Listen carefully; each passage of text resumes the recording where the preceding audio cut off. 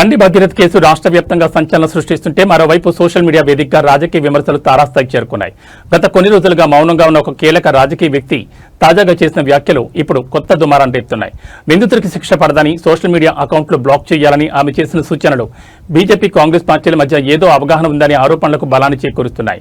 బండి భగీరథ్ కేసులో బాధితురాలకు న్యాయం జరగాలని ఒకవైపు ఆందోళన వ్యక్తమవుతుంటే తాజా వ్యాఖ్యలు కలకలం రేపుతున్నాయి. బండి సంజయ్ కొడుకు శిక్ష పడదు, ఈ విషయాన్ని ఇంకా లాగితే బాధితురాలకే నష్టమంటూ సదరు నాయకురాలు చేసిన వ్యాఖ్యలపై నెటిజన్లు మండిపడుతున్నారు.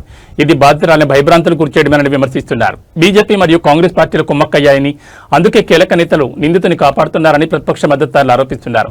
అక్క ముసుగు తొలగింది అంటూ సోషల్ మీడియాలో ట్రోలింగ్ మొదలైంది. బీఆర్ఎస్ సోషల్ మీడియా అకౌంట్లను బ్లాక్ చేయాలని ఆమె కోరడంపై కూడా నిరసనలు వ్యక్తమవుతున్నాయి.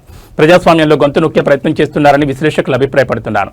4 రోజుల మౌనం తర్వాత ఇలాంటి దివ్య సందేశం ఇవ్వడం వెనుక ఉన్న మతలబేంటని ప్రజలు ప్రశ్నిస్తున్నారు.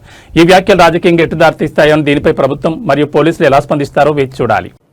కొన్ని పార్టీల వాళ్ళు ఒక ట్వీట్ వేసేసి మొత్తం సమస్యనేదో పరిష్కారం చేసినాము అనేటటువంటి ఆలోచనతోని అవాకులు చెవాకులు నా మీద వాగుతున్నటువంటి సందర్భాన్ని మనం చూసినాం. ఒక ఆడపిల్ల విషయం వచ్చినప్పుడు, అది కూడా ఒక మైనర్ అమ్మాయి విషయం వచ్చినప్పుడు, సమాజంలో బాధ్యతాయుతమైనటువంటి ప్లేస్లో ఉన్న ప్రతి ఒక్కరం కూడా కొంత సంయమనం పాటించాలి.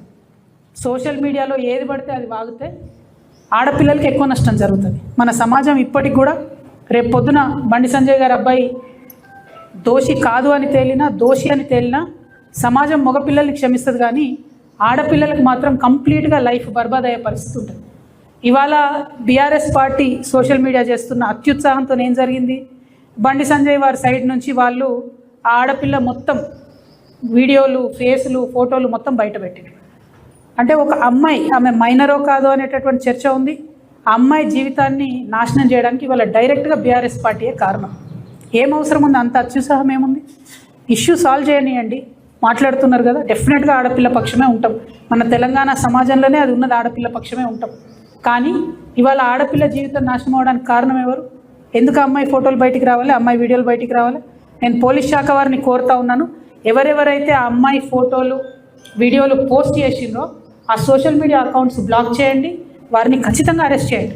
మీ ముఖ్యమంత్రి మీద ఒక చిన్న పోస్ట్ పెడితే ఇవాళ ఎత్తుకపోయి అరెస్ట్ చేస్తున్నారు. కాబట్టి ఒక ఆడపిల్ల జీవితాన్ని నాశనం చేసేటట్టుగా పోస్టులు పెట్టి, వీడియోలు పెట్టి, వాళ్ళ ఫ్రెండ్స్తో ఉన్నప్పటి ఫోటోలన్నీ బయట పెట్టినటువంటి అకౌంట్స్ని బ్లాక్ చేయాలి, ఖచ్చితంగా వాళ్ళని అరెస్ట్ చేయాలని చెప్పి నేను డిమాండ్ చేస్తూ ఉన్నాను.